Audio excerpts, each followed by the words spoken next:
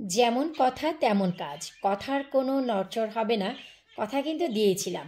আশা করি দেখতেই পাচ্ছেন, স্লোলি স্লোলি বুঝতেও পারবেন যে আমি কিসের কথা আপনাদের বলতে যাচ্ছি। হাই রে আমার আলু প্রেমিকরা রে, মানুষ যে আলু এত পছন্দ করে সেটা সবার কমেন্ট না পেলে তো আমি একেবারেই বুঝতে পারতাম না। হ্যালো এভরিওয়ান, আসসালামু আলাইকুম। কেমন আছেন আপনারা সবাই? আলহামদুলিল্লাহ, আমি তো অনেক ভালো আছি। আশা রাখছি আপনারা সবাই ভালো আছেন। আপনাদের সবাইকে নিয়েই কিন্তু আমি চালের একটি পটে নয়, চালের একটি প্যাকেটে বেশ কিছু আলু মুখ বের করে তারপর লাগিয়েছিলাম, যার বয়স এবং যার সময় আজ পুরোপুরি 7 দিন পর আমি আপনাদের সাথে শেয়ার করব সেই আলু গাছগুলোর অবস্থা কী। এবং বলেছিলাম এই ক্লিয়ার ব্যাগে দেওয়ার কারণে বুঝতে পারবেন গাছের অগ্রগতি এবং শিকড়গুলো স্ট্রং আছে না দুর্বল হয়ে গেছে। কিভাবে বুঝতে পারবেন গাছের শিকড়গুলো এবং গাছটি হেলদি কিনা, সেটাও আজকের ভিডিওতে থাকছে। প্লিজ ভিডিওটি শুরু থেকে শেষ পর্যন্ত দেখবেন, এতে করে জানতে পারবেন। ভিডিও শেষে আমি আপনাদের টিপসটি বলে দিব কিভাবে গাছের শিকড় দেখে আপনারা বুঝতে পারবেন গাছটি কি হেলদি না আনহেলদি। শুকর আলহামদুলিল্লাহ, এই হচ্ছে আমার সেই চালের প্যাকেটটি। আশা করি দেখতেই পাচ্ছেন যে ট্রফি চালের ব্যাগে আমি আলু লাগিয়েছিলাম, তার রেজাল্ট আপনারা নিজেরাই দেখুন। শুকর আলহামদুলিল্লাহ, এই হচ্ছে আলু গাছের বয়স মাটিতে দেওয়ার পর পুরোপুরি 7 দিন হয়েছে। আজকে 7 দিনের মাথায় আমি দেখতে পাচ্ছি যে আমার আলু গাছগুলো বের হয়ে গিয়েছে। এই যে দেখতে পাচ্ছেন খুব সুন্দরভাবে। তো এখন মাটি থেকে অনেক নিচে কিন্তু আলুগুলো আছে, তাই এই যে দেখুন গাছগুলো কিন্তু অনেক স্ট্রংভাবে দাঁড়িয়েছে। এই যে দেখুন, আর এই গাছগুলো অনেক সতেজ আছে, তা নিশ্চয়ই পাতাগুলো দেখে বুঝতে পারছেন। যারা ছোট ছোট মাছ পছন্দ করেন, আলুর এই ছোট ছোট পাতাগুলো দিয়ে ছোট মাছের চচ্চড়ি খেতে পারেন। খেতে খুবই খুবই খুবই স্বাদ লাগে। তো আমি আপনাদের বলেছিলাম যে আমি স্টেপ বাই স্টেপ আপনাদের সাথে শেয়ার করব যে কখন কিভাবে আপনারা কি যত্ন দিবেন, তাই আজকের এই ভিডিওটি। আপনারাই বলুন তো দেখতে কেমন লাগছে? ভাতের প্যাকেট থেকে আলু গাছ বের হয়েছে, কত একটি চমৎকার দৃশ্য না? তো দেখেন, আমাদের কিন্তু কোনো পটের দরকার হয়নি, কোনো কিছুরই দরকার হয়নি, ঘরেই আমি চমৎকারভাবে আলু গাছটি বানিয়ে ফেলেছি। এখন আপনারা যদি চান এই আলু গাছটির প্যাকেট কেটে আপনারা টবেও দিয়ে দিতে পারবেন, মেন মাটিতেও দিয়ে দিতে পারবেন, কোনো সমস্যা নেই। যেমন কি বললাম যে আমার আলু গাছের তেমন কোনো প্রয়োজন নেই এবছর, তাই আমি বাহিরে পটে দিয়েছি হচ্ছে কিছু আলু, আর এই ব্যাগে রেখেছি। এখানে যতটুকু হয় 2 দিন ভর্তা খাবো, 1 দিন তরকারিতে দিব। আলহামদুলিল্লাহ, অন্যান্য শাকসবজির উপরে এবার প্রেশার বেশি দিচ্ছি। তো এই পর্যায়ে এসে যখনই গাছটি এতটুকু হবে, এটি হচ্ছে বয়স 7 দিন আলু গাছটির, তো এই পর্যায়ে এসে আমি এতে দিব হচ্ছে চাল ধোয়ার পানি। যে কোনো গাছে শুরুতে আমি চাল ধোয়ার পানিটি দেই, তার কারণ হচ্ছে এতে ভিটামিন B1 রয়েছে, যে কারণে এই জিনিসটি পাওয়ার পর যদিও না কোনো গাছে নতুন নতুন পোকা বা নতুন নতুন রোগ সৃষ্টি হয় এই মাটিতে, তা নির্মূল করবে। কারণ হচ্ছে যেহেতু সামার টাইম, সেহেতু কিন্তু অনেক ধরনের মাছি ঘোরাঘুরি করে, তো সেই মাছিগুলো যেন আমাদের এই মাটিতে কোনো রোগ তৈরি করতে না পারে, সেটার ব্যবস্থা নিতে হবে আগে। তো এই হচ্ছে ভাই, কথা দিয়েছিলাম আলু গাছ বানাবো, বানিয়েছি। আর এই যে দেখতে পাচ্ছেন আমি পুরোপুরি 200 ml চাল ধোয়ার পানি এখানে ব্যবহার করলাম। আপাতত এইটুকুই যথেষ্ট।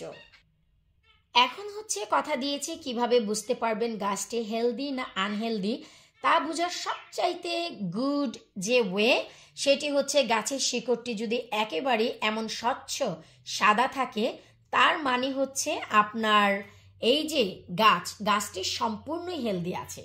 আর গাছের শিকড় যদি ফাঙ্গাল ধরে যায়, সবুজ দেখা যায়, তার মানে গাছটি একেবারেই হেলদি না। সেই ক্ষেত্রে গাছটিকে তুলে আপনারা যদি অন্য নতুন কোনো পটে নতুন কোনো মাটিতে স্থানান্তর করেন, সেখানে গিয়ে সেই সবুজ ছত্রাকটি ছেড়ে দিবে আর নতুনভাবে তারা প্রাণ ফিরে পাবে। তো এতে করে দেখা যায় যে কোনোভাবেই গাছটি তখন আর মরবে না।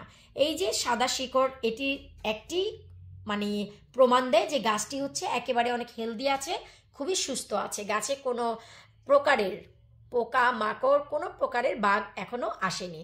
সো এভাবেই আমার এই গাছটিকে আমি বড় করব।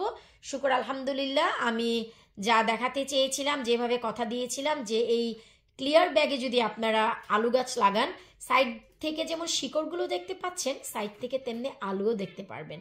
ট্রাস্ট মি, সেটার দেখার সৌন্দর্য আর সেটা দেখার আনন্দ সব কিছুকে হার মানিয়ে দিবে।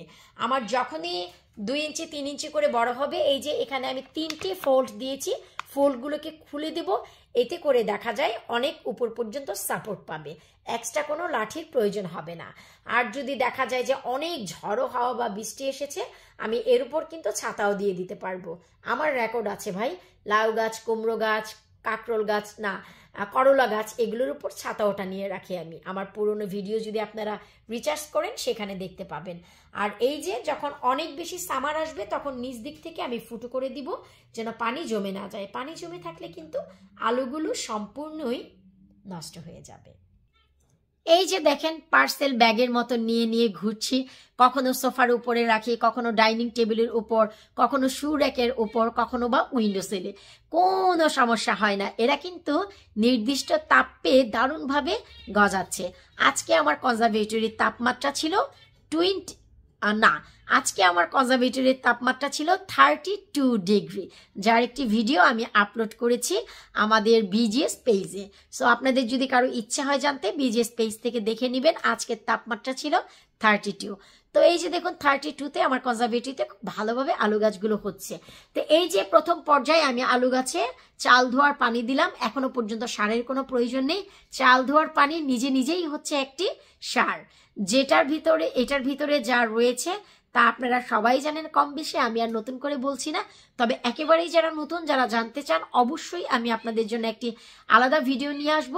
চাল ধোয়ার পানিতে কি রয়েছে, ডিমের খোসায় কি রয়েছে, চা পাতায় কি রয়েছে, কফিতে কি রয়েছে, পারলাইটে কি রয়েছে, এবং আমাদের মোস্ট ইম্পর্টেন্ট একটি জিনিস, তা হচ্ছে অ্যাপসম সল্ট, এতে কি রয়েছে, কলার খোসায় কি রয়েছে।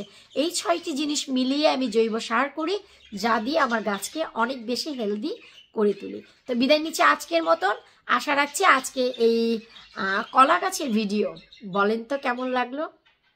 না না না না, মজা করলাম। এই আলু গাছের ভিডিও আলু প্রেমিকদের জন্য আশা রাখছি অনেক ভালো লাগবে। আমি নিজেও কিন্তু অনেক আলু পছন্দ করি। আরও একটি কথা রে ভাই, সবার উদ্দেশ্যে বলছি, আপনারা এখন কম বেশি সবাই আমাকে পাগল বলেন আমার এই চুলগুলো খোলা থাকে দেখা। কেন রে ভাই? আমি চুল বাঁধার সময় পাই না, তাতে কি হয়েছে? আমি তো আমার কাজ করে যাচ্ছি ঠিক মতন। শুধু আপনারাই না, আমার নিজের এক চাচি আছে, নাজমা চাচি, আমার নিজের মেঝো চাচি, সেই চাচিও আমাকে পাগল বলে যে আমি পাগলের মতো ঘুরে বেড়াই।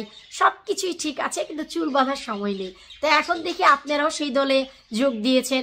এক সময় আসবে রে ভাই, এক সময় আসবে যে আমি চুলও বাঁধবো, আবার আপনাদের সামনে ভিডিও নিয়ে আসবো, কুকিংও করব। এগুলো আসলে জট হয়ে গেছে চুল না ঠিক করতে করতে। এনিওয়ে, সমস্যা নিয়ে আজকে শাওয়ার করেছি, করে এভাবেই ছেড়ে রেখেছি, এই যে শুকিয়ে গিয়েছে। আর কি দরকার, প্যাকেট করার টাইম নেই, কারণ আজকে অনেক বীজ জার্মিনেট করেছি, সেইগুলো করলে আর এইগুলোর টাইম নেই। তো যাই হোক, আশা রাখছি আজকের এই ভিডিও আপনাদের ভালো লাগবে। বিদায় নিচ্ছে আজকের মতো।